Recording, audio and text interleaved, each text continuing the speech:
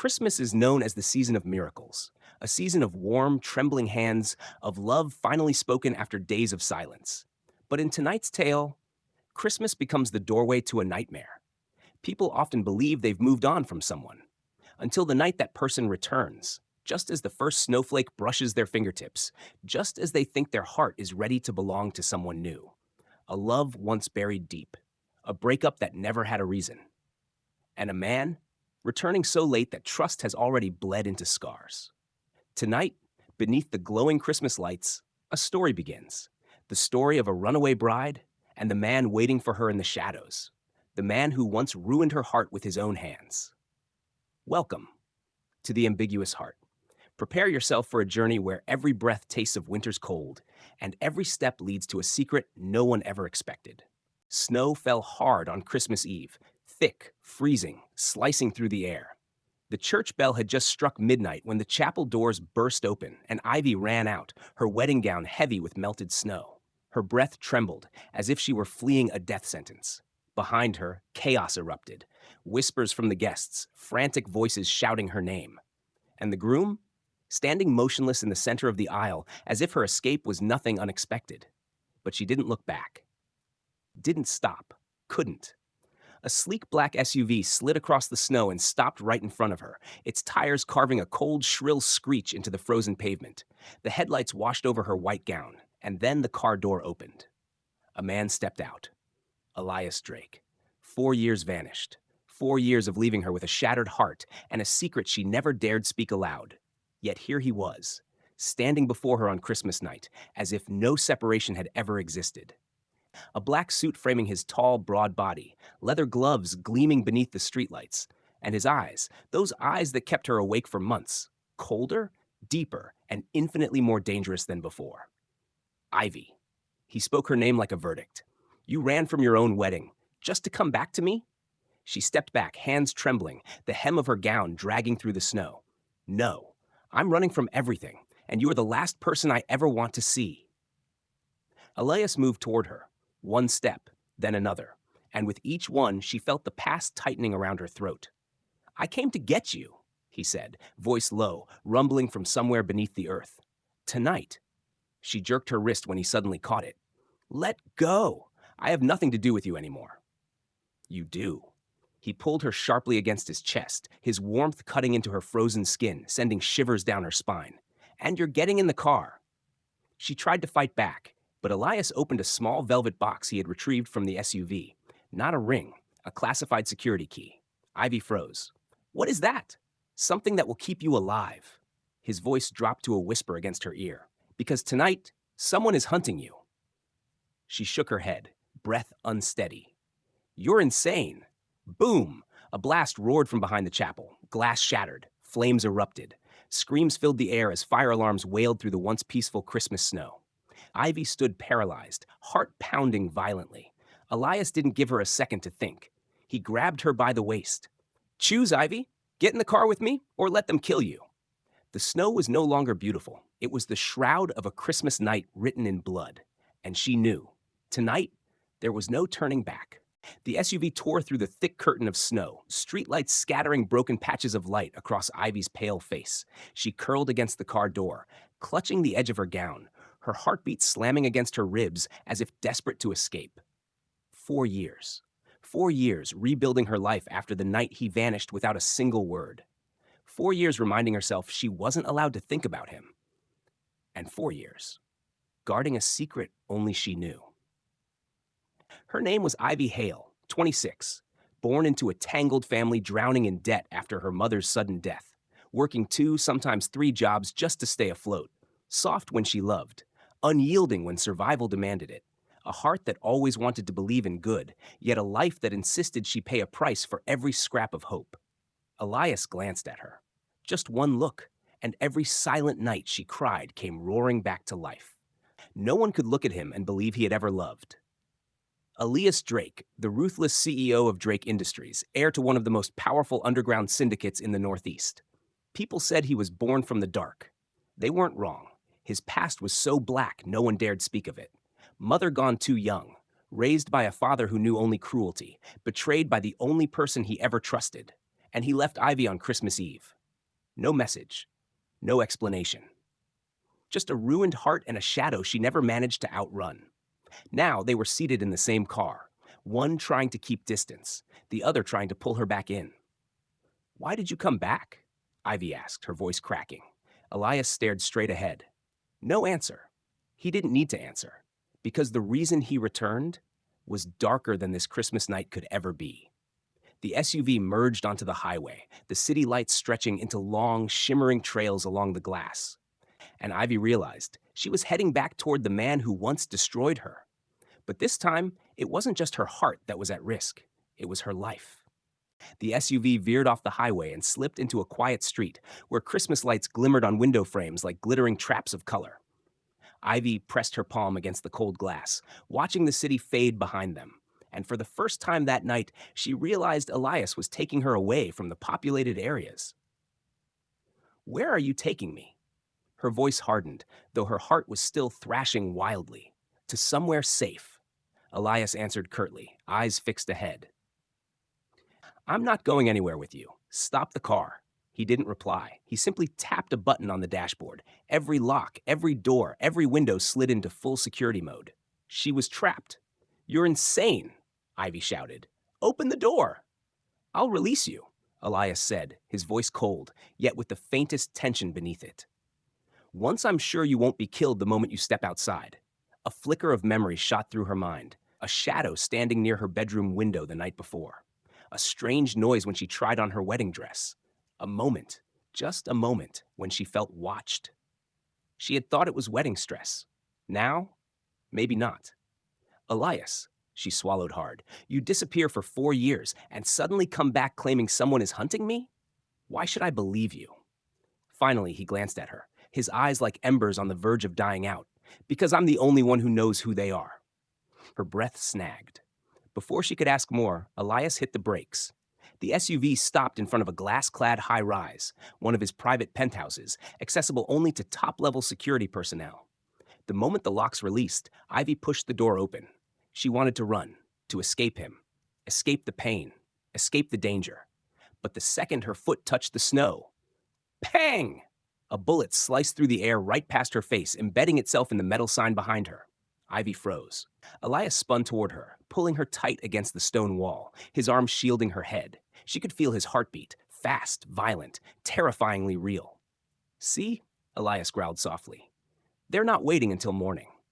A figure appeared on the rooftop across the street, a red laser dot locked onto them. Elias grabbed her hand and bolted, not the forceful, domineering pull from earlier, but the kind of grip that meant if he lets go, she dies. The security door scanned his fingerprint and slid open. They rushed inside as another bullet ripped through the air. The steel door slammed shut behind them. Ivy leaned against the wall, gasping. She no longer had the strength to hate him, no strength to question anything. There was only one undeniable truth, echoing as loudly as the gunshot still ringing in her ears. If she hadn't gone with Elias, she would have died out there. Elias stood in front of her, their breaths mixing, so close she could see the raw fury and fear unmasked in his eyes. "Listen to me, Ivy." His voice dropped, low, sharp, cutting straight into her chest. "Until we find who's behind this, you stay with me. You eat here, sleep here, breathe here." She shook her head, eyes burning from fear, and something else she didn't dare name. "You can't force me." "Not forcing," he murmured, "saving." He lifted a hand, his fingers brushing her cold cheek. "I never should have left you alone those 4 years." Her entire body went still at the words. The room fell silent, only the sound of ragged breathing and snow falling against the glass.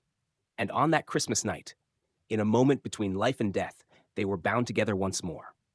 Not by love, but by a truth closing in, one that could destroy them both. The steel door locked behind them, sealing off the outside world, but it also trapped them together in a suffocating heavy silence. Ivy stepped back from Elias, arms wrapped tightly around herself as if trying to build an invisible wall. "You don't have the right to drag me into this," she said, her voice trembling with fear, and something deeper, memory. Elias shrugged off his long coat and tossed it onto the chair. "You were nearly shot outside." "I didn't ask you to save me." He spun around. "And if I hadn't, do you think you'd still be standing here yelling at me?" His words hit her chest like a hammer. Ivy bit her lip, fighting to stay composed. Why were you there? Why did you show up at that exact moment? Elias, were you following me? Elias stepped forward, each stride making the air grow thicker. You think I wanted to see you in another man's wedding dress? Ivy froze. Every word was a knife tearing open the old scar she'd fought so hard to bury. You don't get to be jealous, she whispered. Not after what you did. He stopped right in front of her, close enough that she could feel his breath against her forehead. I'm not jealous. He lowered his head, his dark eyes swallowing her whole. I'm furious. Ivy let out a broken laugh. Furious about what? That I dared move on? That I dared love someone else? She didn't expect his hand to slam against the wall beside her head, forcing her back. Don't say the word love tonight. His voice was a low, subterranean rumble. Not about anyone but me. Elias, you don't own me. Never did, he replied. But I lost you once. I won't lose you again. She shoved him away. The feeling of being cornered, suffocated, dragged back into the night 4 years ago when he disappeared and her world collapsed. You don't get to walk in and out of my life whenever it suits you, Ivy screamed. You don't get to break me and then claim you're protecting me. Elias didn't move, didn't argue, but for the first time that night, there was real pain in his eyes. Why did you disappear, Elias? Ivy asked softly. You owe me that answer. His silence stretched. So long she felt her chest tightening. Finally, he said, Not tonight. Ivy let out a bitter laugh, tears burning in her eyes. Of course, she whispered. With you, it's never the right time. She turned away. But Elias grabbed her wrist, pulling her back, anger and fear flickering wildly in his gaze, along with something she didn't dare name. Ivy, he said, voice dropping to a trembling whisper, you have to stay. With me. No. She yanked her hand free, lifting her chin with quiet defiance. I'm not staying with the man who abandoned me. She opened the bedroom door, stepped inside, and slammed it shut. Elias stood alone in the hallway, and for the first time that night, he looked like a man who had just lost a battle. The living room of the penthouse lay in a haze of dim wall lights, snow shimmering outside the wide glass windows like shards of shattered crystal falling from the sky. Ivy sat on the edge of the bed, fists gripping the hem of her wedding gown. Her shoulders trembled. She didn't know if it was from the cold or from the truth closing in around her. Footsteps echoed down the hallway, heavy, slow. Like Elias was also trying to hold himself together, piece by fragile piece. But he didn't come in. He just stood outside the door, silent. Somehow, that hurt even more than if he had shouted. After a long, aching minute, there was a soft knock. Not demanding, not urgent, just hoping she would listen. Ivy, his voice came through the door, low, rough, as if strangled by everything he couldn't say. Are you hurt? She didn't answer. He stayed there for several seconds before speaking again. I know you don't want to see me. I know I've hurt you, more than I ever should have. But tonight, I almost lost you, forever. Her breath caught. Then came another sound, barely audible, but something in it cracked her chest open. He was sitting down on the floor, back against the door. That simple act hurt her more than any memory. 4 years ago, Elias Drake was the man who bowed to no one, the man who never lowered himself for anything. Tonight, he was sitting alone outside her room like someone who had lost his way. Ivy turned toward the door, eyes thick with tears. Wind whistled through the window frame. Snow blanketed the balcony in a layer of white. The cold seeped into her bones until she couldn't bear it anymore. She had to stand, had to move, had to breathe. She opened the door. Elias looked up instantly, and his storm gray eyes, they weren't cold steel anymore. They were tired, raw, aching with a kind of emotion he always hid too well. You're shaking, he murmured. You're cold. I'm not. But she couldn't finish. Her shoulders trembled again, betraying her. Elias didn't touch her, didn't step closer. He kept his distance, as if one wrong move might shatter her. I have a coat, he said quietly, in a voice that didn't sound like the Elias Drake the world feared. If you'll let me. She didn't say yes. She didn't say no. But Elias understood. He rose slowly, shrugged off the thick wool coat around his shoulders, and walked toward her with the hesitant steps of a man terrified of being rejected again. He draped it around her, carefully, without brushing her skin, just the lightest gesture. Yet the warmth of him still hit Ivy like a wave. She breathed in the scent she thought she'd forgotten. Dark wood, a hint of cinnamon.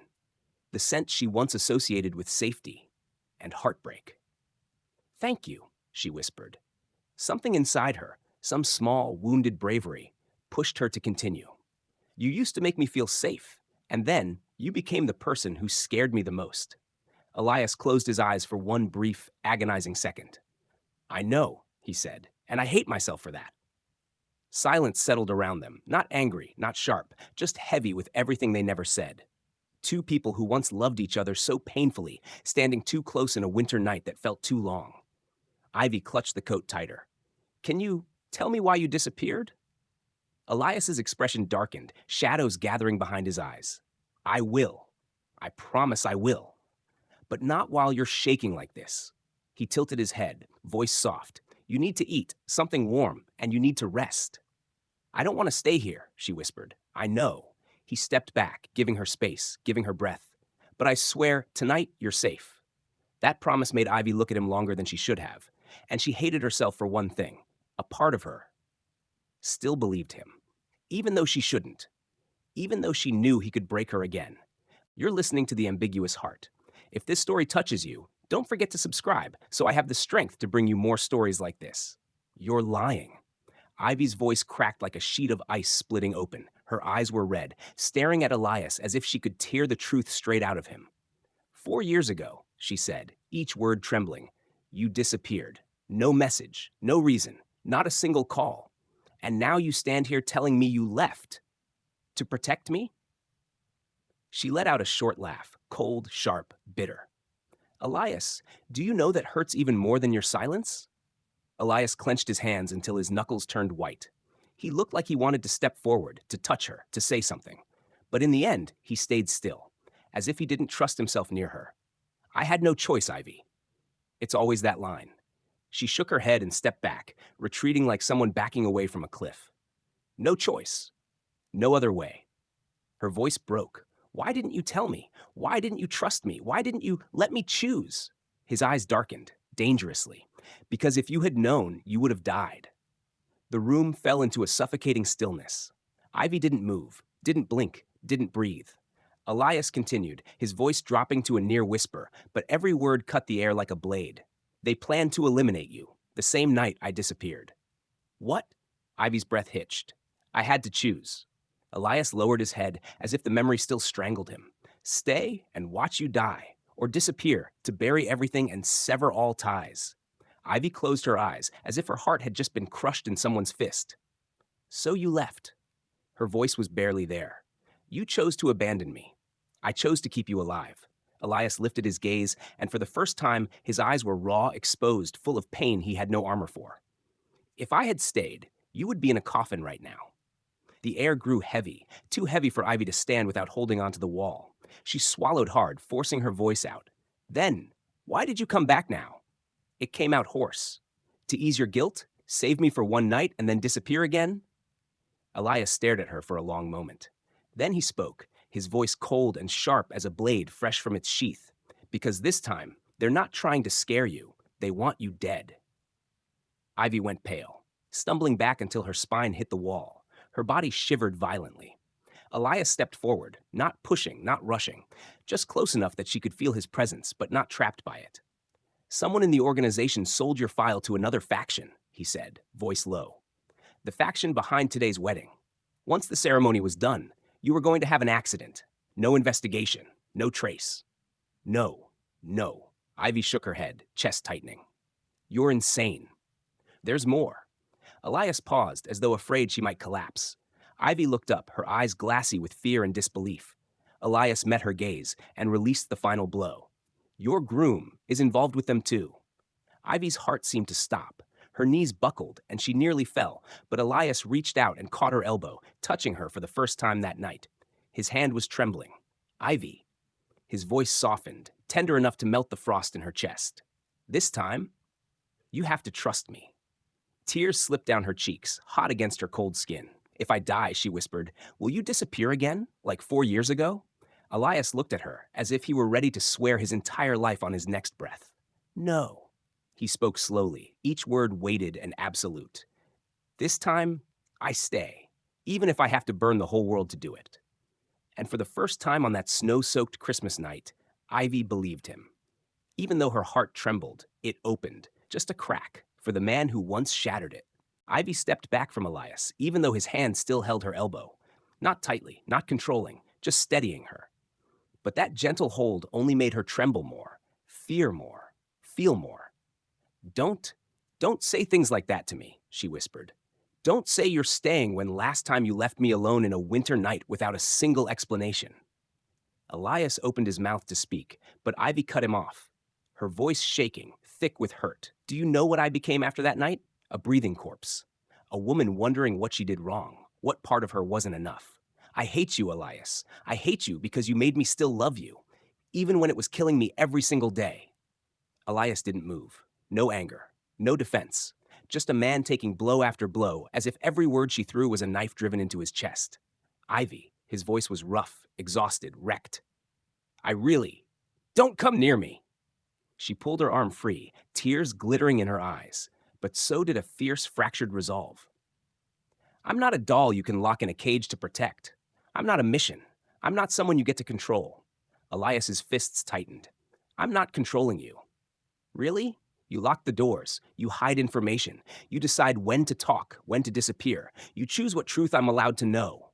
Her voice cracked, breaking into raw anguish. Are you protecting me? Or are you protecting some filthy secret of yours? His eyes darkened, deep, dangerous. And in that instant, Ivy saw it. Fear, not of the people hunting them, but of losing her. Elias stepped forward once. She stepped back. Don't do that, he said softly. Don't push me away. You pushed me first. She trembled, her voice shaking like glass about to shatter. You did it once. I can do it too. Elias froze. They stood only an arm's reach apart, close enough to touch, but with an ocean between their hearts. You don't understand, Ivy. His voice was heavy, weighted with a truth carrying too much blood. 4 years ago, I didn't leave because I wanted to. I left because they put a price on your head, and that price would double if you stayed beside me. And now? Ivy asked. Do they not want me dead anymore? Elias's jaw tightened. They want you dead more than ever. Ivy let out a hollow laugh.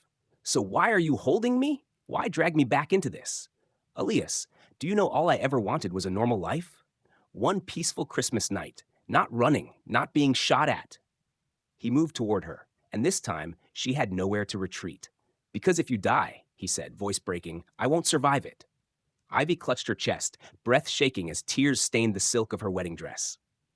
You don't get to say that, not after what you did.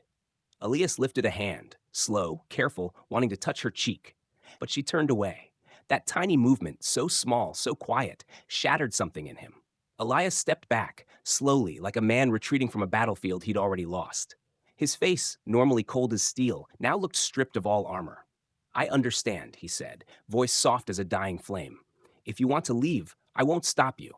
Ivy looked up, startled. Really? Really? He turned away from her. I'll take you home. Her heart tightened so sharply she almost gasped, not out of fear, out of pain. She nodded weakly. I want to go. Elias pressed his lips together, nodding once, slow and resigned. All right. He stepped toward the door, and right then, boom! The explosion shook the entire penthouse. The chandelier swung violently. Glass trembled in its frames. Ivy screamed, stumbling forward. Elias caught her instantly, arms wrapping around her in pure instinct. A distorted voice crackled through the security system. Target located, initiating phase 2. Ivy shook uncontrollably, lifting her head to look at Elias. They found us? Elias locked his eyes onto hers, his gaze sharp as a blade drawn in darkness. No, Ivy. His voice dropped to a chilling whisper. They didn't find us. He tilted her chin up gently, his breath brushing her trembling lips. They never left. Lights off, Elias growled, low and sharp, and almost instantly the penthouse dropped into full blackout mode. The lights snapped off. Darkness swallowed the room so completely Ivy couldn't even see her own hand. Elias. Quiet. He pulled her back against the wall, his body shielding hers like a living barricade. Ivy's breathing spiraled out of control. She heard the metallic click of a weapon being armed. Not from Elias, but from outside the door. They were in the building, faster than anything she'd imagined. Elias tilted his head, listening. 3 intruders, armed, moving up to the 47th floor. This floor is... They're coming for you, Ivy. Her heart stopped beating for a moment. Elias grabbed her hand and pulled her toward a narrow hallway behind the kitchen. He pushed on a cabinet door, and a hidden passage swung open. You have a secret exit in the kitchen? Ivy gasped. Not an exit, Elias said, locking the door behind them. A safe room. They rushed down a tight stairwell and reached a dark chamber lit only by a faint, pulsing red LED. Ivy barely had time to breathe before Elias cupped her face with both hands. Ivy, look at me. Elias, what's hap? Look at me. His voice trembled, just slightly, but his eyes were sharp, so fiercely focused she felt her panic freeze in place. She lifted her gaze. In the dimness, his eyes weren't storms anymore. Not anger, not pain, but something startlingly pure. I promise they will not touch you, he said. Not once. Not ever. Even if I die in the process. Ivy froze. Her chest tightened until she couldn't breathe. Elias, why are you doing this? Her tears slipped down, warm and bitter. I don't understand. I don't understand why you're fighting so hard this time. He drew in a shaky breath, his hands sliding to the back of her neck, pulling her closer. Because for the past 4 years, Elias said, voice cracking like stone under pressure, I've been living like a dead man.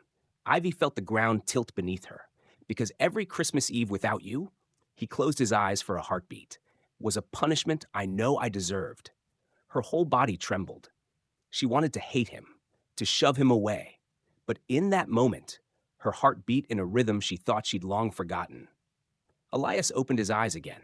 Listen to me, Ivy. I can't run anymore. I can't stay away anymore, and I will not let it happen again, even if I have to go against the organization that raised me. A sharp ping echoed. The security system had been breached. Heavy footsteps boomed closer and closer. Ivy's voice broke. Elias, they're here. He turned, positioning himself in front of her like a shield of iron. Stay behind me. His voice dropped, dangerous, cold, lethal. From this moment on, I'm the one standing between you and death. The steel door of the safe room shook violently. Someone was hammering at it from the outside. Elias grabbed the gun from the emergency lockbox, but even in the tension, Ivy saw it. He was afraid. Not of dying, but of losing her. For the second time. Ivy stepped forward and grabbed his hand. Elias. He turned his head just enough for her to see the raw, desperate determination in his eyes. If anything happens, I need you to know, I never stopped loving you. Before Ivy could say a single word, boom, the safe room door exploded inward. White smoke flooded the room. And Elias, without a heartbeat of hesitation, threw himself in front of her, shielding her body with his as bullets tore through the air. The smoke hadn't even cleared when Elias surged forward like a shadow, twisting his body to shield Ivy. Bullets tore through the air, striking the steel walls with sharp, metallic screams.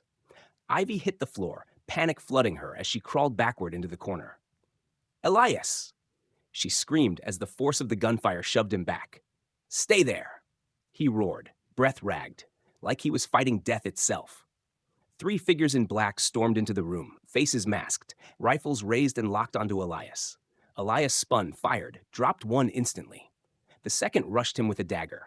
Elias blocked, but the blade scraped across his arm, slashing deep.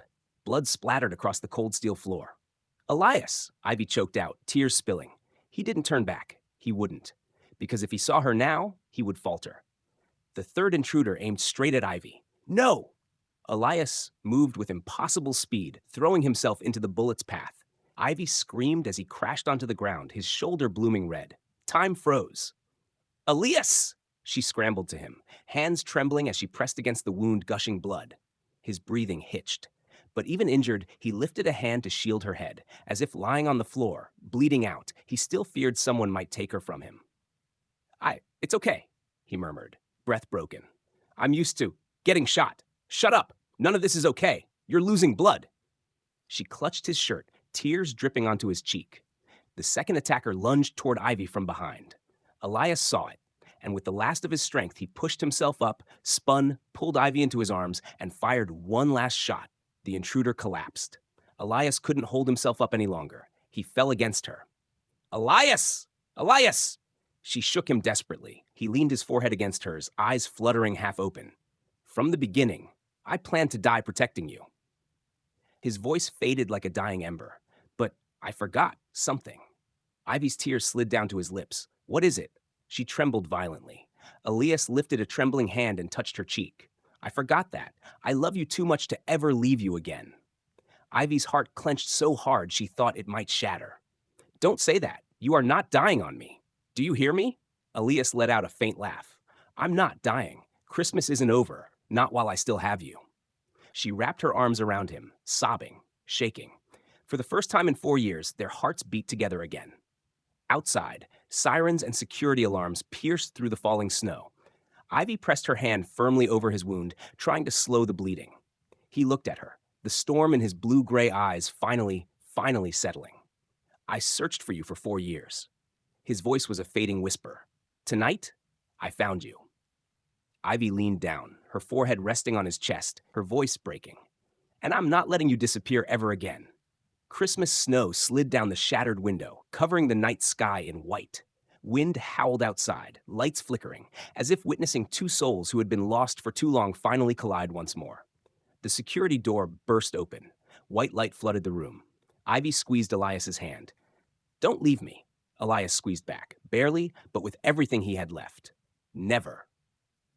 And that was the end of the episode. An open ending, raw, aching, breathless. The security door swung fully open, flooding the room with stark white light from the hallway, accompanied by the hurried footsteps of medics and internal security. They rushed to Elias, bracing his shoulder and wrapping the bleeding wound with swift, practiced motions. Ivy was pulled aside, but she fought back. Don't touch him like that. He's losing blood. Please, be careful. Her voice cracked, every syllable trembling. A medic tried to reassure her. We have to take him now. A few minutes delay and he won't make it. Ivy covered her mouth, tears streaming nonstop. She didn't know if she was standing or collapsing, only that she was inches from losing him all over again. Elias was lifted onto a stretcher, an oxygen mask placed over his mouth. His blue-gray eyes fluttered half open, searching for Ivy as though she were the last warmth in the world. Ivy, he rasped, a plea hidden in his broken voice. Don't! Disappear. She grabbed his hand before they could pull him away, gripping hard as if trying to hold his soul in place. No, I'm going with you. I'm not leaving you again. But before she could follow the stretcher, a hand clamped around her wrist. A police officer, not one of Elias's, not from the building's team. Are you Ivy Hale? His voice was low, emotionless. Ivy turned to him, tears still fresh on her cheeks. Yes? Please, don't stop me. I have to go with him. I'm afraid you can't. He held out a sealed warrant. You're being detained for investigation in connection with money laundering and an illicit account registered under your mother's name. Ivy froze. What? She choked. No, that's impossible. My mother, she had nothing to do with. We have evidence, the officer replied coldly, and you're the legal inheritor of the account. Ivy staggered backward, vision spinning. She tried to look toward Elias's stretcher, but he had already been taken into the emergency elevator. Elias disappeared from sight, and cold metal cuffs locked around her wrists. I didn't do anything. I have to go with him. He needs me. The officer tugged her forward like she was nothing more than evidence. I'm sorry, Miss Hale. Someone filed a report against you, and we have a warrant. Ivy stopped dead in the hallway, neon lights reflecting off the tears on her face. Who? Reported me? The officer glanced down at the document, then read the name slowly. The groom from your wedding tonight, Jonathan Hale. Ivy's heart simply stopped. The emergency elevator doors sealed shut, taking Elias away. The cuffs dragged her in the opposite direction, taking her life apart. Outside the glass windows, Christmas snow kept falling. Beautiful, cold enough to cut. And episode 1 ends with Ivy realizing she is losing Elias a second time, and the man trying to destroy her is the one she was supposed to marry. The cold, sterile hospital light stabbed straight into his eyes. Elias jolted awake, breath heavy as if someone were sitting on his chest. The smell of antiseptic, the beeping monitors, the frantic footsteps in the hallway, all of it crashed together into a dizzying wave. He tried to sit up, but pain ripped through his shoulder like it was being torn open again. The wound was bandaged. IV lines hooked into his arm, thick layers of gauze wrapped around his chest.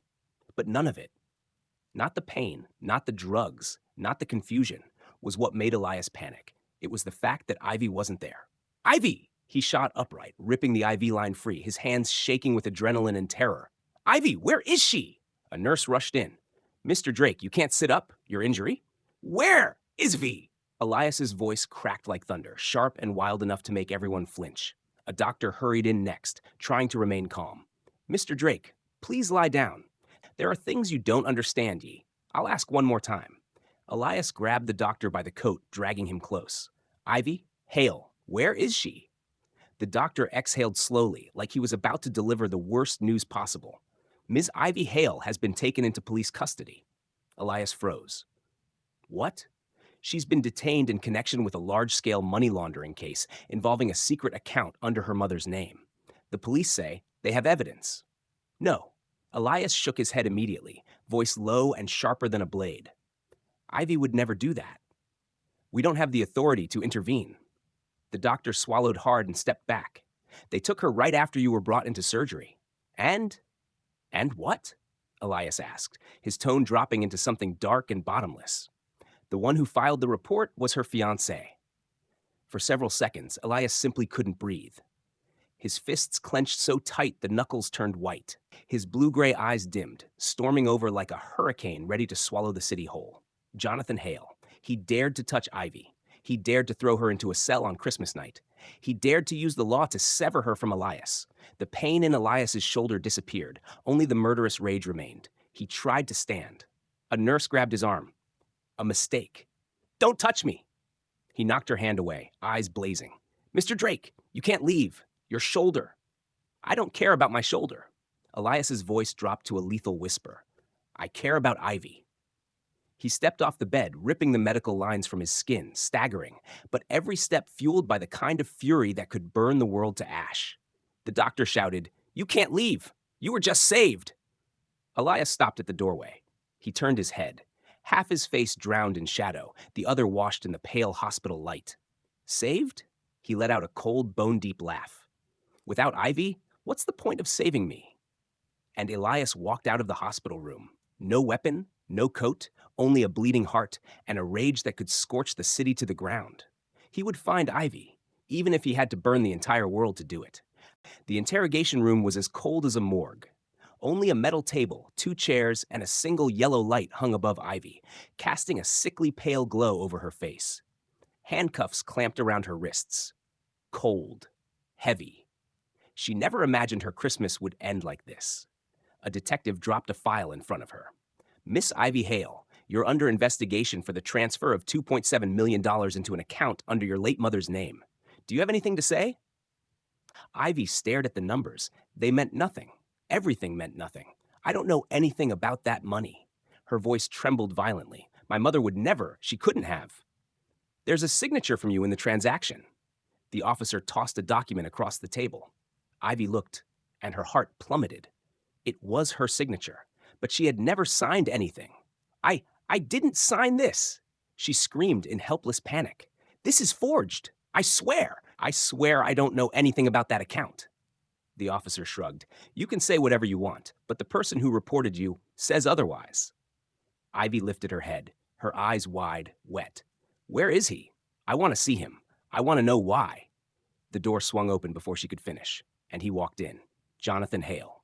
Perfect suit, Christmas red tie, a face that hours ago stood waiting for her at the altar, now twisted into the embodiment of betrayal.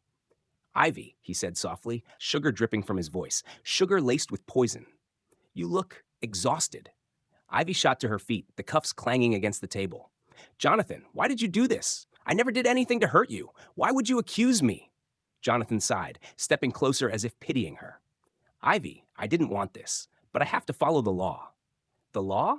Ivy choked. You know I'm innocent. Jonathan smiled, a smile that froze her blood. Innocent? Are you sure? He placed a stack of photos on the table. Ivy looked down and nearly collapsed. Photos of her mother standing beside a man Ivy had never seen. A signed receipt of funds. A document stamped beneficiary Ivy Hale. The world tilted under her feet. No, this isn't right. Ivy shook her head, tears streaming. My mother wasn't involved, and I absolutely wasn't. Jonathan bent down until their eyes were level. His gaze was no longer warm, no longer gentle. It was empty, cold, soulless. You still don't get it, Ivy. There are things that were decided long before you were born. Ivy's breath caught in her throat. Why, Jonathan? I was your bride-to-be. Are you really planning to destroy my life? Jonathan shrugged, as if the devastation he caused meant nothing. Actually, he leaned close, whispering into her ear, voice dripping with venom. I don't need a marriage. I need the money. and I need you out of the way. Ivy shoved him back. You're insane! Jonathan didn't flinch. He simply straightened his suit jacket and turned to the officer. She's also connected to a violent incident tonight, possibly an accomplice. I suggest you hold her as long as possible. Ivy collapsed into the chair, blood draining from her face. Jonathan, why? He gave her one last smile. Cruel, curved, triumphant. In this world, the weak die. Merry Christmas, Ivy. The door slammed shut. Tears spilled down her cheeks, each one heavier than a bullet. Alone, betrayed, trapped. And the only man who had ever protected her was somewhere between life and death. She clenched her fists until the cuffs bit into her skin. Elias, I have to. Get back to him. But the interrogation room door stayed shut. Outside, footsteps echoed down the hallway, slow, deliberate, approaching. A man's voice cut through the suffocating silence. Release her. Ivy's head snapped up. She knew that voice. It wasn't possible. Elias couldn't stand, not with that injury. But it wasn't Elias. The voice was deeper, older, and colder than the winter night outside. The officer stiffened. You're... The man stepped inside, dressed in a charcoal-tailored coat, eyes like steel polished to a deadly shine. Legal counsel for Drake Industries, he said smoothly, and Ivy Hale. His gaze sharpened, cutting through the room like a blade. Comes with me. Ivy froze. Her heart tightened painfully. Elias had sent someone for her. Even when he couldn't save himself, he still saved her first. The handcuffs clicked open, and red marks immediately bloomed across Ivy's wrists. She was pulled to her feet by a man in a gray suit, his face sharp and cold like a freshly honed blade. Come with me. His voice was low, exact, unshakable. Ivy stumbled a step. Who are you? Ephraim Stone, he replied curtly, private attorney to Elias Drake. Her heart tightened. Is he okay? Her voice was so small it barely existed. Ephraim didn't answer.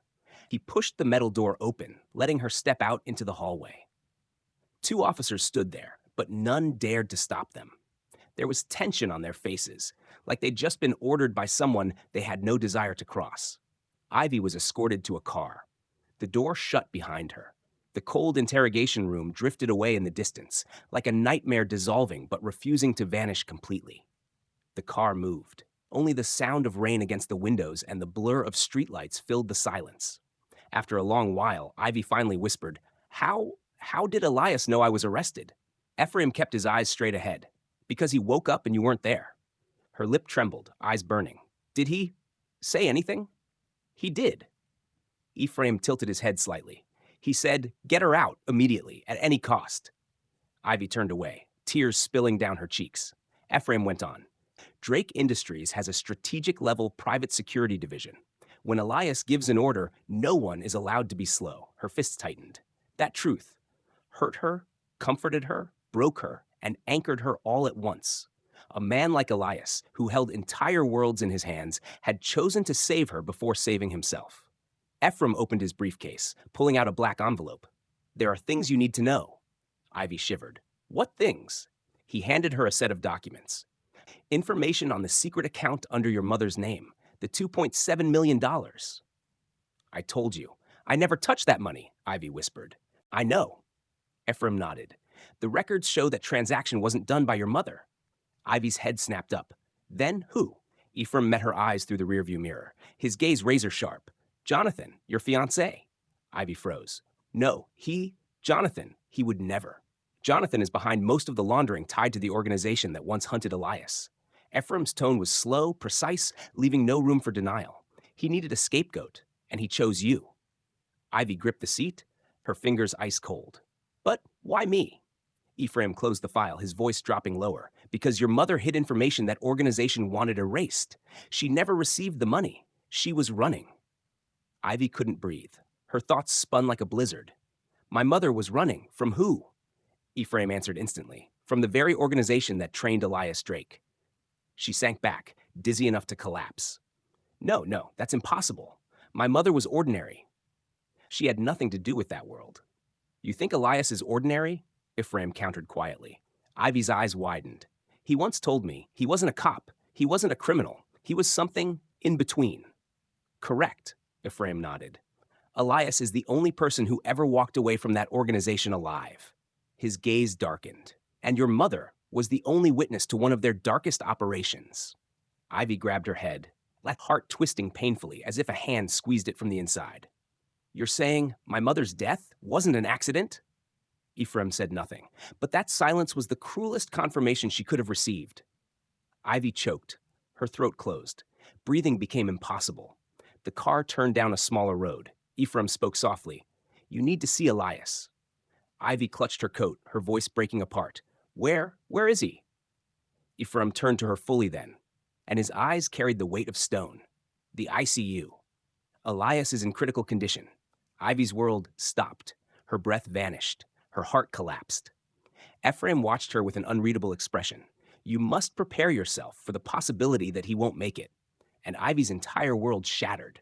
The ICU doors opened with the rhythmic beeping of the heart monitor.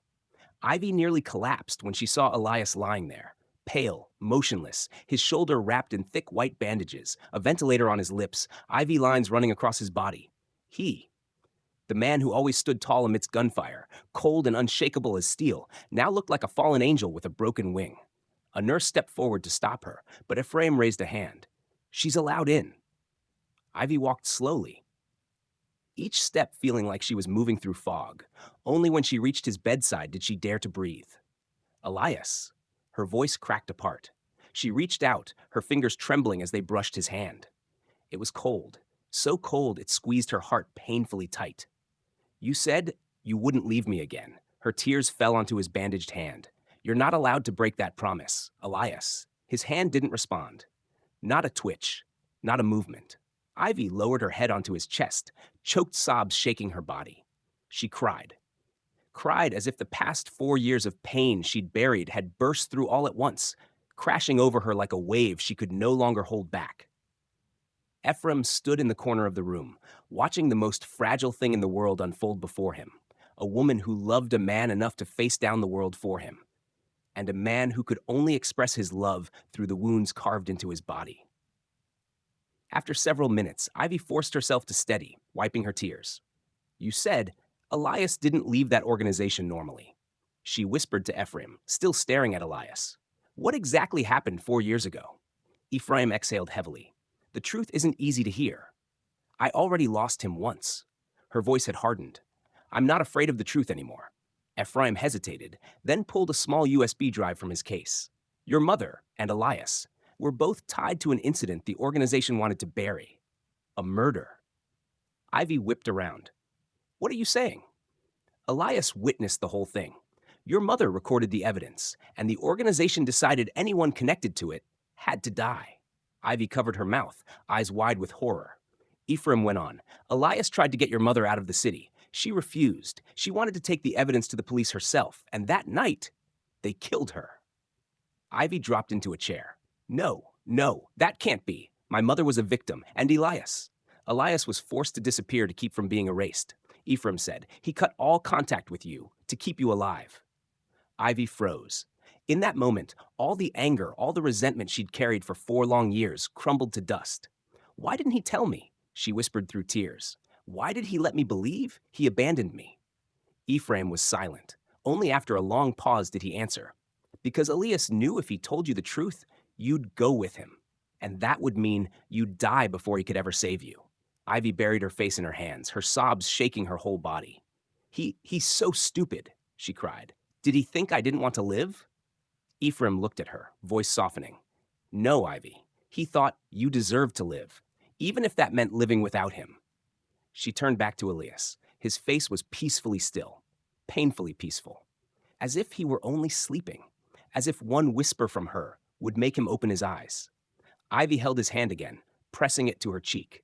Elias, she breathed, fragile as a sigh. I don't know how much you've suffered. I don't know what you carried alone for 4 years. But I know one thing. Her tears slid down onto his fingers. I love you, and I'm not letting you go again. She leaned down and kissed the white bandage on his shoulder, right where he had been shot shielding her. At that moment, Elias's fingers twitched. Ivy froze. Elias? His chest rose and fell unevenly. The heart monitor flickered. The beeping changed. Elias, can you hear me? Her voice trembled violently. Elias slowly opened his eyes, halfway, unfocused, but looking straight at her. His lips moved, trying to form words. Ivy leaned closer, heart hammering. Elias, I'm here. And he whispered, don't trust anyone. The heart monitor suddenly spiked. Ephraim rushed forward. Call the doctor, now! But Ivy stood frozen, because Elias's warning wasn't vague. It wasn't general. It was meant for someone very specific. Someone standing right here in this room. Ivy turned her head toward Ephraim, and in that instant, a suspicion sharp as a blade tore through her heart. Elias's words still hung in the air, like a shard of icy wind slicing through the hospital glass. Don't trust anyone. His body twitched faintly, then his eyes slid shut again, drifting into a half-conscious haze. Doctors and nurses rushed in, pushing Ivy aside as they checked his vitals and blood pressure. But Ivy hardly heard any of it. All she could hear was the pounding of her own heart, and that warning echoing inside her skull, for the second time, louder, sharper. Don't trust anyone. She turned toward Ephraim. He was still standing there, his expression perfectly calm, too calm. Ivy blinked, her heart tightening. While she cried over Elias, Ephraim hadn't moved at all. No concern, no urgency, just observation, like a man reviewing a report. Aexa, Stinrio, Ivy called, her voice soft but razor-edged. Auto axio something. Ephraim turned. Geodea, Elsia acid natritsu enio. Ivy held his gaze. What oyu odyu nit kemetne yeptata? Ephraim's face didn't change. He was likely delirious. Delirious? Ivy narrowed her eyes. But he looked directly at me, and he said every word clearly. Ephraim adjusted his glasses. Mrs. Ivy, elasi si intirol kandioitno, hiam asi naintigtat lekas coherence? Aev ze oyu atent? What do you know about my mother? Ivy cut him off suddenly. Ephraim paused, just for a fraction of a second, but it was enough for Ivy to see he was choosing his words. Icon, Ephraim said slowly. She was an unwanted witness. You knew she was murdered? Ivy's fists tightened. I knew, Ephraim replied plainly. But I didn't know the details. Ivy stared deeper. Then do you know why Elias was shot on Christmas Eve 4 years ago? Ephraim's fingers tightened ever so slightly on the handle of his briefcase. A tiny motion anyone else would miss, but Ivy didn't. She stepped back, breath catching. Mr. Stone, her voice dropped, low and trembling. You were there, weren't you? Ephraim froze, only for a heartbeat. But that was enough. Ivy staggered back further. My mother died. Elias vanished, and you expect me to believe you knew nothing? You're misunderstanding. I am not misunderstanding. Ivy's voice broke, shaking with pain more than anger. There are too many coincidences, too many things you can't explain. Tears welled up, not from fear, but from the ache tearing her open. She pointed at him. If Elias told me not to trust anyone, who do you think I would suspect first? Ephraim sighed. For the first time, his expression was no longer entirely cold. There was something like regret or a warning. Miss Ivy, he said slowly, there are truths you want to know, but once you know them, there is no going back. Ivy clutched Elias's unmoving hand. The only path I choose, she whispered, her voice steady as steel, is the path that leads to the truth. Ephraim studied her for a long moment. Then he opened his briefcase and took out a new envelope, dark crimson. Elias left this for you 4 years ago. His voice dropped low. He never got the chance to give it to you. Ivy felt her breath stop. What is it? The real reason Elias disappeared. Ephraim placed the envelope in her shaking hand. But understand this, opening it means you will have no one left to protect you. Ivy clutched the envelope, her fingers trembling. Ephraim stepped back, his voice turning cold once more. And Ivy, if you're doubting me, then you must doubt Elias as well. Her heart lurched painfully. You're joking, right? Ephraim looked straight into her eyes, not with malice, not with softness, but with the gaze of someone who knows she's about to step into a storm far worse than the pain of the last 4 years. That organization, he murmured, never lets anyone leave without leaving a price behind. The room grew colder, the air thickened. Ivy held the crimson envelope, her heart pounding wildly, because she knew. Inside it was not just Elias's past, but the curse that bound them both. Ivy's whisper dissolved into the sterile hospital air, fragile, aching, barely alive. But the letter didn't end there. Her vision blurred, but she forced herself to read on.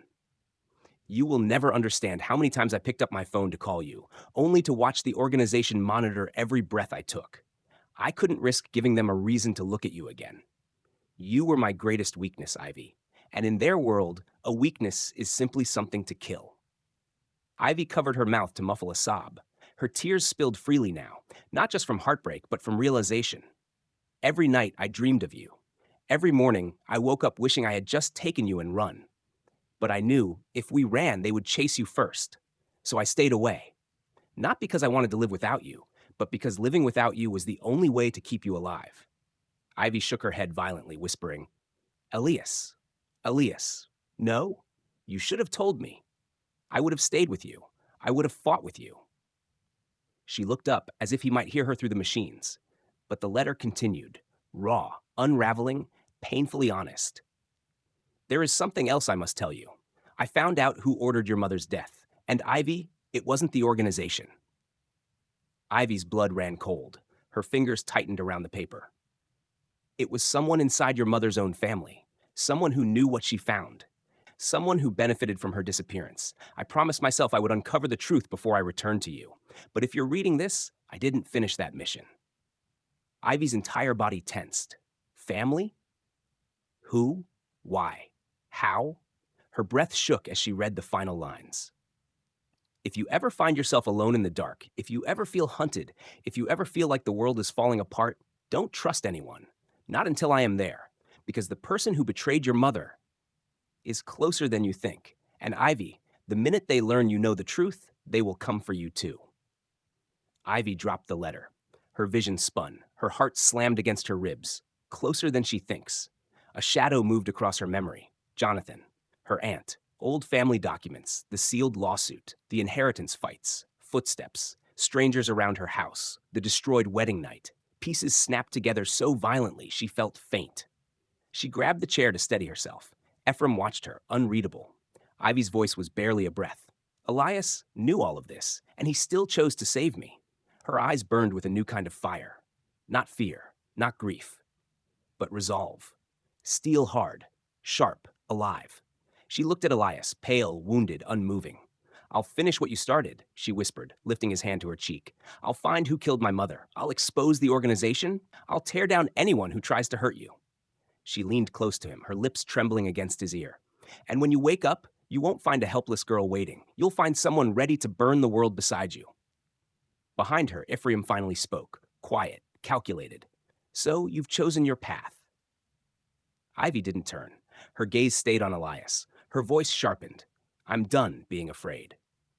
Outside, snow hammered the windows as if the storm itself sensed something had changed. Because it had. Ivy Hale, the girl the world thought was fragile, had finally stepped into the fire. And fire never forgets. The monitors beeped in frantic pulses, but Ivy didn't hear them. All she heard was the echo of his name falling from Elias's lips like a final verdict. Jonathan. Her pulse slammed against her ribs. Her vision narrowed. The room seemed to tilt sideways. Ephraim reached out as if to steady her. She slapped his hand away. Don't touch me. Her voice was low, too calm, the kind of calm that hides a storm so violent it could tear the world apart. Ephraim swallowed. Ivy, you need to breathe. You need to calm down. Calm down? Her voice shattered the room. My mother was murdered. Elias almost died. I was nearly killed tonight. And the man behind all of it, the man I trusted enough to marry, is Jonathan Hale. Her knees nearly buckled, but rage held her upright. It wasn't just betrayal, she whispered, shaking. It was premeditated, calculated, a trap he built for years. Ephraim tried again, carefully. You need proof. Emotion won't. I don't need proof. Her cry was raw, tearing at her throat. Elias said his name. Elias, who never lies, never confuses, never says anything that isn't life or death, said Jonathan. She pressed a shaking hand over her mouth. Behind her fingers, her voice broke. The man I was about to marry was the same man who destroyed my real family. Her body trembled, and he tried to destroy me too. She turned toward Elias, pale, wounded, barely conscious, and touched his cheek with trembling fingers. Elias, you've been carrying this alone for 4 years. Her tears fell on his skin. I'm so sorry, I didn't know, I didn't understand.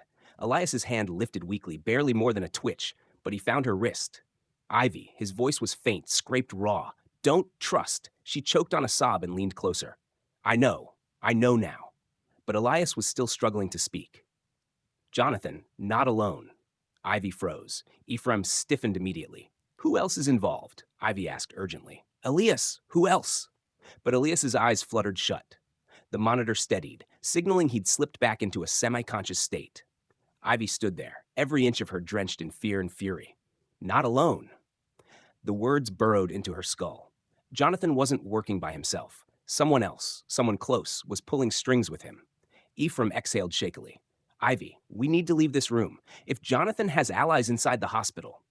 Ivy turned slowly, eyes cold and shining with a dangerous clarity. For 4 years, she whispered, I thought Elias destroyed my life. Her fists clenched, her voice sharpened into something lethal. But the one who destroyed it was the man I trusted at the altar. She stepped toward the door. And I'm done being hunted. She touched the crimson letter at her chest, the last truth Elias gave her. I'll find Jonathan, she said quietly, no matter what it costs me. Her eyes flicked up, no longer soft. And whoever stands with him. Ephraim felt a chill run down his spine. Because Ivy wasn't breaking. She was transforming. And the world had no idea what kind of storm was about to be unleashed. The alarms kept howling, but Ivy heard nothing. Not the nurses screaming. Not the gunshots down the hall. Not the security shouting orders. Just those 6 words, cold enough to freeze her bones solid. I'm here under the orders of Jonathan Hale. Her heartbeat stopped. Ephraim moved instantly, stepping in front of her as the intruder approached with slow, predatory steps.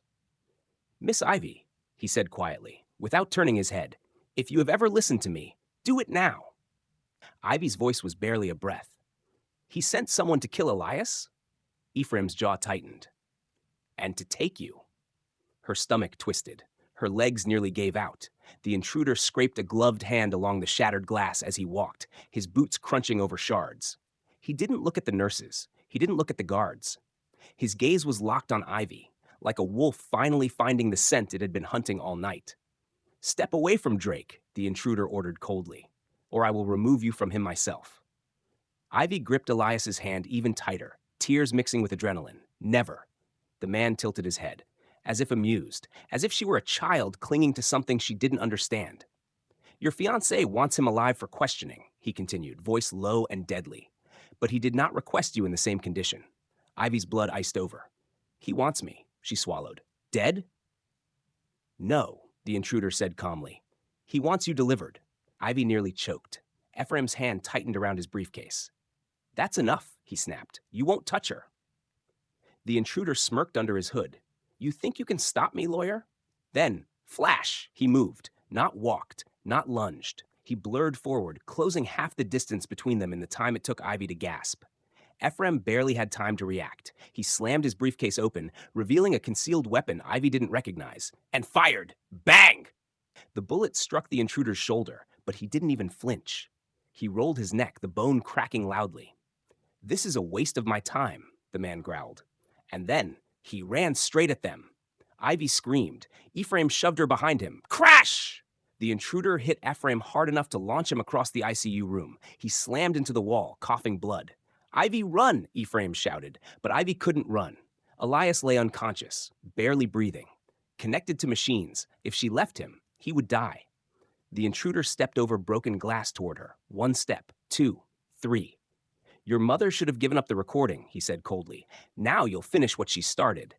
Ivy trembled, pressing closer to Elias. Stay away from him. The man didn't stop. I said stay away! She grabbed the nearest metal tray and hurled it. He slapped it aside effortlessly. Then he reached for her throat when a gunshot exploded through the room. The intruder jerked. A bullet ripped through his arm. His head snapped toward the doorway, where a man stood, leaning against the frame, pale, bleeding, barely upright, but alive. Ivy's breath shattered. Elias. Elias Drake raised the smoking gun with his good arm, eyes blazing with a death sentence. His voice was a rasp of fury and devotion intertwined. Get away from her. The intruder stared at him, stunned. You weren't supposed to wake. Bang, Elias fired again. This time, the intruder dove behind a crash cart, rolling into the hallway to escape the direct line of fire. Ivy, Elias shouted hoarsely. Get down! But before he could finish, his legs buckled. He collapsed onto one knee, blood soaking his bandages. Elias! Ivy threw herself beside him just as Ephraim dragged himself up, coughing violently. The intruder retreated into the smoke-filled corridor, but his voice echoed back, dripping with threat. This isn't over, Ivy Hale. Your fiancé expects your delivery by dawn. Elias tried to stand again, but Ivy held him down, sobbing. You idiot, Elias, you can't. His fingers reached her wrist, soft but insistent. I told you, He coughed, blood on his lip. I won't let them touch you. Ephraim stumbled toward them. We need to leave, he rasped. Now, before he circles back. Ivy wiped her tears, shaking violently. She looked at Elias, the man who had dragged himself out of death just to protect her. And in that moment, the last piece of her old life shattered completely. She touched his face, tender, breaking. I'm not letting you die, she whispered. Elias's eyes softened, even through the pain. I'm not letting you die, he answered. Outside, alarms screamed, security scrambled, snow hammered the windows like fists, but in that ICU room, 3 people remained breathing. A dying man, a hunted woman, and a lawyer who may or may not be on their side, and Ivy. For the first time, Ivy Hale was ready to fight back. The dagger sliced downward, fast, silent, aimed straight for Ephraim's ribs. Ivy's scream ripped through the ICU. Ephraim! Ephraim reacted a split second before the blade reached him. He twisted his body, the dagger missing his vital organs, but cutting a deep line across his side. Blood sprayed. He hissed, but didn't fall. Instead, he caught the attacker's wrist, slammed his elbow into the man's forearm, forcing him to drop the dagger. The metal clattered across the floor. But the stranger was trained far more than a common hitman. He pivoted, low and fluid, sweeping Ephraim off his feet. Ephraim crashed hard onto the ground. The stranger mounted him, pinning him with his knee, pulling another blade from the holster on his boot. This one was longer, sharper, meant for killing. Ivy darted from her hiding spot. Stop, please, stop! Ephraim wasn't listening anymore. Neither was the man trying to murder him. The blade lifted, steel glinting under the red emergency lights. Ephraim grabbed the attacker's wrist, stopping the blade barely an inch above his chest, muscles strained, teeth clenched, blood spreading beneath him. The stranger snarled, You're in the wrong fight, lawyer. Ephraim growled back, You have no idea who I used to be. Their arms shook violently, the dagger suspended between them. Ivy's eyes darted around desperately. The gun. Where was the gun? Where? There, under the far bed. She lunged for it on her hands and knees, ignoring the shards of glass gouging into her palms. Behind her, the stranger roared and shoved Ephraim's arm down another inch. Ivy scrambled forward, just as the stranger's blade broke through Ephraim's defense, descending toward his heart. Ivy seized the gun, rolled onto her back, aimed with shaking hands, and pulled the trigger. Pfft! The suppressed shot hit the stranger square in the shoulder. He jerked sideways, howling. Ephraim used the opening, twisting, reversing their positions, and slamming the man onto the floor. He pinned the attacker's arm and wrenched the blade free. The stranger struggled, gasping. You're not just a lawyer. What are you? Ephraim's voice was cold enough to freeze the blood on the floor. Someone you were never trained to kill. One strike, a precise blow. The stranger's eyes rolled back, and his body went limp, unconscious. Not dead, but very close. Ivy dropped the gun, shaking so badly she could barely breathe. Her hands were covered in blood. Ephraim's, her own, the attacker's. She couldn't even tell anymore. Ephraim pushed himself up with a groan. Ivy, are you hurt? She shook her head, tears spilling out uncontrollably. Elias, he needs help. They both turned. Elias lay still on the bed, too still. The heart monitor beeped irregularly, warning alarms rising. Ivy rushed to him. Elias, please wake up. His fingers twitched weakly. Barely. He was drifting again. Ephraim staggered over, blood dripping from his side. We have to move him, now, before Jonathan sends the next wave. Ivy grabbed Elias's hand with both of hers. Her voice was shattered glass. Please, don't leave me again. Elias's eyelids fluttered, just slightly, enough to whisper 3 broken words. Ivy, run, now. Ivy shook her head violently, sobbing. I'm not leaving without you. Ephraim placed a bloodied hand on her shoulder. His voice was steady, clear, urgent. Ivy, this attack wasn't meant to kill Elias. She froze. Her breath hitched. What? Ephraim's expression darkened. It was meant to reclaim him. The emergency sirens wailed overhead. Down the corridor, more footsteps approached. A second team. Jonathan's real squad. Ivy's entire world collapsed into a single choice. Run, fight, or lose Elias forever. And that is where the episode ends. Ivy shook her head violently, tears streaking down her cheeks. I won't leave him. I won't. Ephraim tightened his grip on her shoulders, forcing her eyes to meet his. Ivy Hale, he said, voice low, fierce, unshakably steady. Elias did not survive 4 years of hell just for you to die on a hospital floor. Ivy's breath shattered. Ephraim continued, his own blood dripping onto the tiles. If Jonathan gets his hands on you, Elias will have no leverage, no reason to be kept alive. You are the only thing keeping him breathing. Ivy's knees buckled. But no buts. Ephraim grabbed her wrist and pressed something cold and metallic into her palm, a keycard. This opens the emergency stairwell. Down 2 flights, left corridor. My car is parked at the exit. Go. She stared at the card, dazed. You're staying. I have to stabilize him, Ephraim said without hesitation. And I need to buy you time. Her whole body trembled. That man nearly killed you. You're bleeding. You can't fight another. Ephraim gave a sharp, humorless smirk. Believe it or not, Miss Ivy, that wasn't the worst fight of my week. Before she could respond, a loud metallic clang echoed down the hallway. Footsteps. Not one, not two, a full unit. Jonathan's reinforcements. Ivy's heart stopped. Ephraim spun toward the sound. His expression changed instantly, sharpening, hardening, turning colder than winter steel. They're here. Ivy clutched Elias's hand one last time. Elias? Her voice cracked like breaking glass. Please don't die before I get back. His fingers twitched faintly against hers, as if giving permission, as if saying go. Ephraim stepped between Ivy and the doorway. Run. His voice turned lethal. Don't look back. Ivy held her breath, then bolted toward the emergency door. The moment she shoved it open, alarms shrieked louder, announcing her escape. Men shouted from down the hall, Target is moving. Lock down the floor. Ivy sprinted down the stairwell, every footstep echoing like a ticking bomb beneath her. Behind her, gunshots exploded, shouts erupted. Ephraim's voice roared commands she'd never heard a lawyer speak. The hospital had become a war zone. But Ivy didn't stop. Not until she heard Jonathan's voice, echoing through the stairwell via the assassin's open phone still on the ICU floor. Find her. No survivors. Her blood ran cold. She ran faster. Because tonight, Ivy Hale stopped being a victim and became the only person left alive who could bring Jonathan Hale to his knees. The nurse's smile never reached her eyes.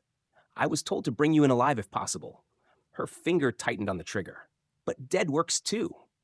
Ivy froze. Every muscle in her body locked, her throat constricted, her vision blurred at the edges. This was it. This was exactly how Jonathan wanted her to die. Quietly, efficiently, erased from the world before sunrise. Elias. I'm sorry. But just as the nurse began to pull the trigger, Ephraim moved. Not stepped, not lunged. He threw himself in front of Ivy like a shield. Pfft. The shot fired. A wet, terrible sound followed. Ivy's scream caught in her throat. Ephraim staggered, a bloom of red spreading across his side. He didn't fall. He turned and punched the nurse so hard she slammed into the elevator panel. The gun flew from her hand. Ivy crawled toward it instinctively, but the nurse recovered terrifyingly fast. She kicked Ivy backward, sending her crashing into the elevator wall. Then she grabbed Ephraim by the throat. You were always in the way, she hissed into his ear. Ephraim's teeth clenched as he struggled. Ivy forced herself up, dizzy, gasping. Let him go! The nurse's head snapped toward Ivy. Oh no, dear, she purred. You're my priority. The elevator lights flickered violently. The building was dropping into full lockdown. A digital voice announced, Security override in progress. All floors sealing in 10 seconds. Ivy's heart lunged. If the elevator seals, we're all dead. The nurse reached for the gun again. Ephraim acted first. In one brutal motion, he tore the metal service panel off the wall and smashed it into her face. Crack! Blood sprayed. The nurse collapsed. Ephraim grabbed Ivy's hand. Doors are going to open in 3, 2. Ding! The elevator doors parted, and 2 security men stood waiting. Uniformed, armed. Ivy's breath stopped. Jonathan's men? Take the girl, one of them ordered. Ivy staggered back. No, no! Ephraim shoved her sideways, slamming the emergency stop button. The doors jerked halfway shut as the men lunged. Ephraim's voice ripped through the chaos. Ivy, run! She didn't think, didn't breathe. She hurled herself through the narrowing gap, scraping her arm, hitting the floor hard, but she was out. The doors slammed. Men pounded from the other side. Ivy scrambled to her feet, gasping, shaking, tears streaking down her face. Mr. Stone, no answer! Just silence. Then, gunshots exploded inside the elevator. Ivy stumbled backward, hand over her mouth. Ephraim? But she had no time to break, no time to cry. Down the hallway, more footsteps thundered. Jonathan's second wave. A security alarm blared. Target located. East wing. That was her. She ran. Heart exploding in her chest, tears blurring everything, legs barely holding her up. But she ran. because behind her, men wanted her dead, and ahead of her, Elias was barely clinging to life. She would not let Jonathan win. Not tonight. Not ever. Ivy Hale vanished into the emergency stairwell. Determined to survive the night, Jonathan Hale marked as her last. The elevator lights flickered back on, and in that exact second, the cold barrel of a gun pressed against the center of Ivy's forehead. The young nurse smiled, a smile with no warmth, no soul, no trace of humanity. "You shouldn't resist," she whispered, almost tenderly, as if soothing a child. "Jonathan doesn't like women who think they can escape him." Ivy froze. Her eyes widened, her breath caught in her throat. Ephraim lunged forward. "No!" But she moved impossibly fast.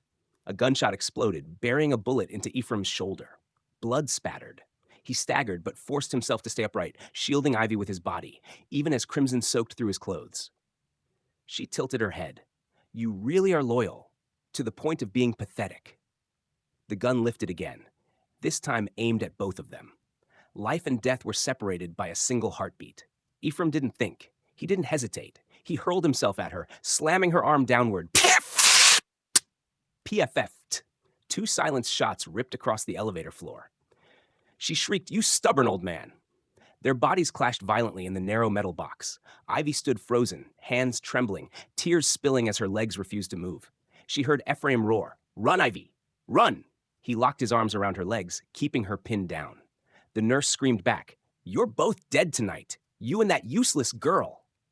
Ivy stepped back, one step then another. She saw Ephraim's shaking hand, saw the blood flooding beneath him. A sob tore out of her. "Mr. Stone, I can't leave you," Ephraim bellowed. "Ivy, don't waste our sacrifice." The elevator doors slid open. A blinding white hallway, red emergency lights pulsing. Ivy looked back, one last time. Ephraim clung to the assassin, their silhouettes grappling like shadows trying to strangle one another. He looked at Ivy, and for the first time, he smiled. A pained, gentle, unshakably brave smile.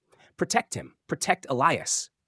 Tears streamed down Ivy's face. Then she turned and ran. She bolted through the hallway as gunshots thundered behind her. People scrambled. Hospital security shouted commands. Screams echoed against white walls. Ivy fought through the crowd, heart pounding until it hurt. Outside, snow fell thick and merciless. Wind slashed her skin like knives. She slipped down the icy stairs, breath coming out in clouds of white. Behind her, sirens wailed. Flashlights swept across the parking lot. She had no idea where she was going. No idea where to hide. Only one truth burned in her chest. The man she loved was lying somewhere between life and death. Ivy ran into the winter night, her breath breaking, her legs shaking.